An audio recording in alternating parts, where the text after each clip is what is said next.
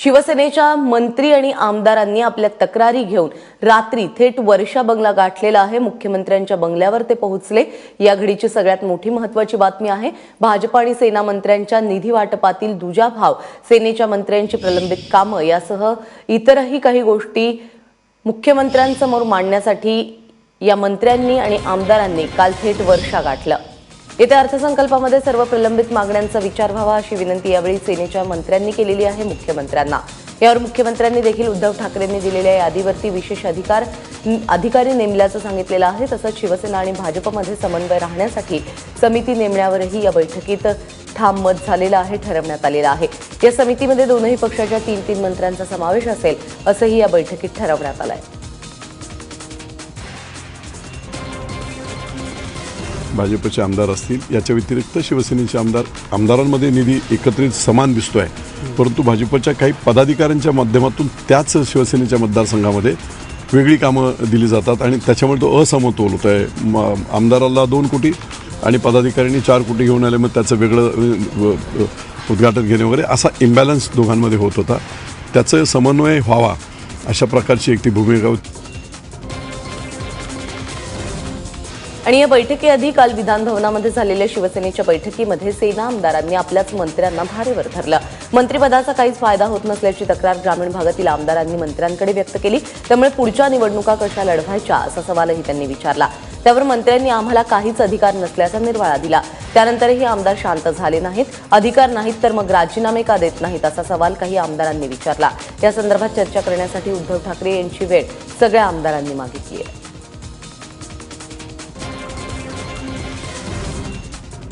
पैसा जिंकला आणि काम हरलं अशी टीका मनसे अध्यक्ष राज ठाकरेंनी केली आहे। महानगरपालिका निवडणुकीच्या निकालावरती राज ठाकरेंनी पहिली प्रतिक्रिया दिली। यापुढे निवडणुका कशा जिंकायच्या हे देखील या निवडणुकीने शिकवल्याचं राज ठाकरेंनी म्हटलंय।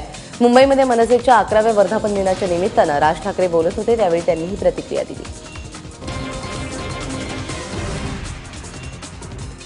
त्यांना फक्त मी एवढीच एक गोष्ट सांगू इच्छितो की तुम्ही राज ठाकरेंना आता शिकवलं की निवडणूक कशी लढवायची असते। मला असं वाटतं आपण काम केलं, पक्षाने काम केलं, हे पक्षाने केलेलं काम लोकांना दाखवलं। मला असं वाटतं काम केलं हीच मोठी चूक झाली असं मला वाटायला लागलं। लोकसभा झाली, विधानसभा झाली आणि आता महानगरपालिकेच्या निवडणुका झाल्या। हा पाहिलेला पराभव हा तुमचा शेवटचा पराभव, याच्यानंतर पराभव नाही पाहायचा, याच्यानंतर पराभव नाही पाहायचा। येणाऱ्या 2019च्या विधानसभेच्या कामाला लागा।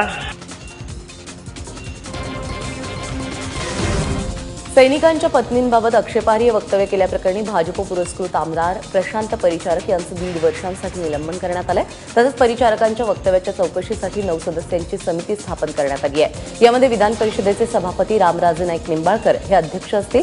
दरम्यान समितीचा अहवाल पावसाळी अधिवेशनापर्यंत मांडण्यात यावा अशी मागणी विरोधी पक्षनेते धनंजय मुंडे यांनी केली आहे।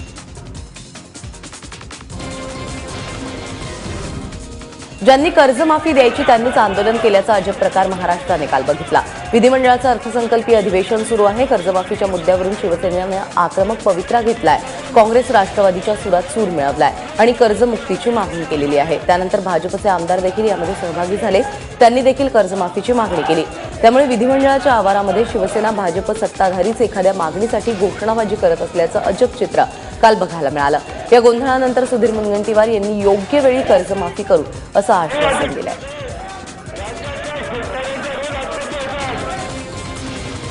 कर्जमुक्ती म्हणजे बँकेच्या डायरेक्टर्सचा फायदा होणारी कर्जमुक्ती आम्ही करू इच्छित नाही। काँग्रेस राष्ट्रवादींकडे बँका आहे आणि या बँका असल्याने यांना अशी भीती वाटते की बँकेमध्ये हे कर्जमुक्ती केल्यावर आपोआपच बँकांना पैसे येतील। आम्हाला शेतकऱ्यांच्या आयुष्यामध्ये आनंद निर्माण करायचा आहे। या भारतीय जनता पक्षाला हे कर्जमाफी द्यायची नव्हती आणि म्हणून त्यांनी तो वेगळा मुद्दा काढून बँकांचा फायदा होतो अशा पद्धतीने सांगण्याचा प्रयत्न केला आणि मग काहींनी कर्जमाफी नको कर्जमुक्ती द्या, ह्याच्यामध्ये कुठेतरी शब्दांचे खेळ करण्याचा प्रयत्न कुणी करू नये।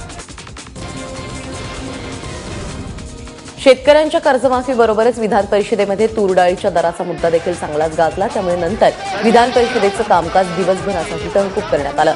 यंदा तुरीचं उत्पन्न तिप्पट होऊन देखील सरकारने शेतकऱ्यांना योग्य तो दर दिला नाही आणि म्हणूनच शेतकऱ्यांनी आत्महत्या केल्याचा दावा यावेळी विधान परिषदेचे विरोधी पक्षनेते धनंजय मुंडे यांनी केला। या वर्षी शेतकऱ्यांचं तुरीचं उत्पन्न तिप्पट झालं. 9,000 रुपये भाव तुरीचा असताना तुमच्या काळामध्ये त्या तुरीचा भाव 3,000 रुपये झाला. याच्यामुळे शेतकरी आत्महत्या करतो. सभापती महोदय, हे काय सांगताय सभापती महोदय? आर्थिक अहवालाच्या बाबतीत एवढी स्पष्ट करावं सभापती महोदय. मुंबई महानगरपालिकेची परतफेड शिवसेनेने नाशिकमध्ये केल्याचं पाहायला मिळतंय, कारण नाशिक महापौर पदाच्या निवडणुकीत शिवसेनेने उमेदवार न देण्याचं ठरवलंय. मात्र असं असलं तरी आधीच भाजपला नाशिक महानगरपालिकेमध्ये स्पष्ट बहुमत मिळालंय. त्यामुळे भाजपच्या रंजना भानसी यांचा विजय निश्चित मानला जातोय. तर उपमहापौर पदासाठी प्रथमेश गीते यांनी अर्ज दाखल केलाय. राष्ट्रवादी आणि अपक्षांच्या वतीने आशा तडवी यांनी तर उपमहापौर पदासाठी सुषमा पगारे यांनी अर्ज दाखल केलाय. येत्या 14 तारखेला महापौर पदाची निवडणूक आहे. अमरावती महानगरपालिकेच्या महापौरपदी भाजपचे संजय नरवणे आणि उपमहापौरपदी संध्या टिकले या विराजमान झाल्यात. भाजपच्या संजय नरवणे यांना 56 तर काँग्रेसच्या शोभा शिंदे यांना 15 मतं मिळाली. उपमहापौरपदाच्या निवडणुकीमध्ये संध्या टिकले यांना 56 आणि काँग्रेसच्या अब्दुल वसीम यांना 15 मतं मिळाली. स्थायी समितीच्या अध्यक्षपदाची भाजपच्याच तुषार भारतीय यांची निवड झालेली आहे. तर महापौर पदाच्या निवडणुकीमध्ये भाजपला शिवसेनेच्या 7 आणि रवी राणा यांच्या पक्षाच्या 3 नगरसेवकांनी पाठिंबा दिला आहे. अकोला महानगरपालिकेच्या महापौरपदी भाजपच्या विजय अग्रवाल यांची निवड झाली आहे. अग्रवाल यांनी काँग्रेसच्या मोहम्मद नौशाद यांना 49 विरुद्ध 17 मतांनी पराभूत केलं आहे. उपमहापौरपदी भाजपच्याच वैशाली शेळके विराजमान झालेले आहेत. त्यांनी काँग्रेसच्या सुवर्णा रेखा जाधव यांचा पराभव केलेला आहे. या निवडणुकीमध्ये सेनेचे 8 नगरसेवक, राष्ट्रवादीचे 5, एमआयएमचा 1 आणि 1 अपक्ष नगरसेवक तटस्थ राहिलेत. अकोला महानगरपालिकेमध्ये भाजपला 80 पैकी 48 जागा यश मिळालंय. पिंपरी चिंचवडमध्ये भाजपकडून महापौर पदाच्या उमेदवारीसाठी ऐनवेळी नितीन काळजे यांची वर्णी लागली. दुपारी 3 पर्यंत शहराध्यक्ष आणि आमदार लक्ष्मण जगताप यांच्या गटातील नामदेव ढाके यांचं नाव चर्चेत होतं. पण 4 नंतर पालकमंत्री गिरीश बापट यांनी इच्छुक आणि स्थानिक पदाधिकाऱ्यांची पुन्हा एकदा बैठक घेतली. बैठकीनंतर आमदार महेश लांडगे यांचे समर्थक नितीन काळजे यांना अर्ज दाखल करताना सर्वांनीच धक्का दिला. लांडगे यांनी मुख्यमंत्र्यांची मनधरणी करत ढाके यांचं नाव कापायला भाग पाडल्याची चर्चा सगळीकडे रंगली आहे.